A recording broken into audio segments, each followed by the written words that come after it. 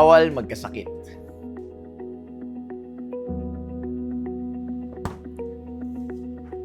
This is the reality for many Filipinos. Hindi lang health mo apektado. Getting sick nowadays might mean experiencing a financial burden for you and your family. Sa bawat pagpunta sa ibang bansa para maglaro at mag-compete, hindi lang ang pangalan at karangalan ng Pilipinas ang dala ko. Siyempre, dala ko rin yung fact na di bawat laro sure win at sulit ang pagod.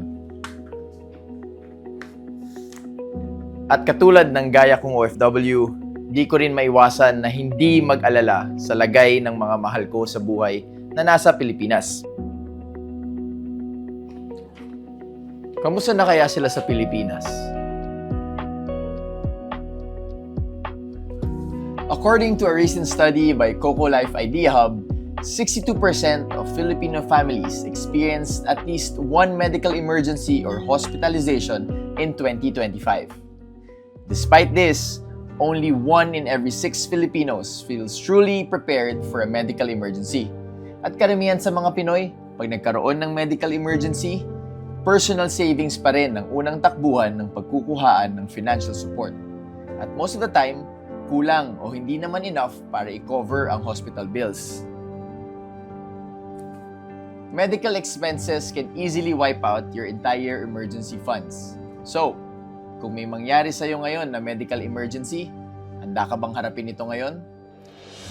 Mabuti na lang at lagi nating kaagapay ang kalinga ng Alagang Coco Life suite of health insurance products. Dahil ang tunay na aruga ay hindi lang nararamdaman sa panahon ng pangangailangan, kundi sa bawat hakbang ng iyong buhay. With Alagang Coco Life by your side, I am panatag na talaga namang sagip ang iyong hard-earned savings na maitatabi mo pa for your future goals. Kaya kung saan ka man naroroon, may Coco Life na handang umagapay at magbigay ng peace of mind para sa'yo at sa iyong pamilya.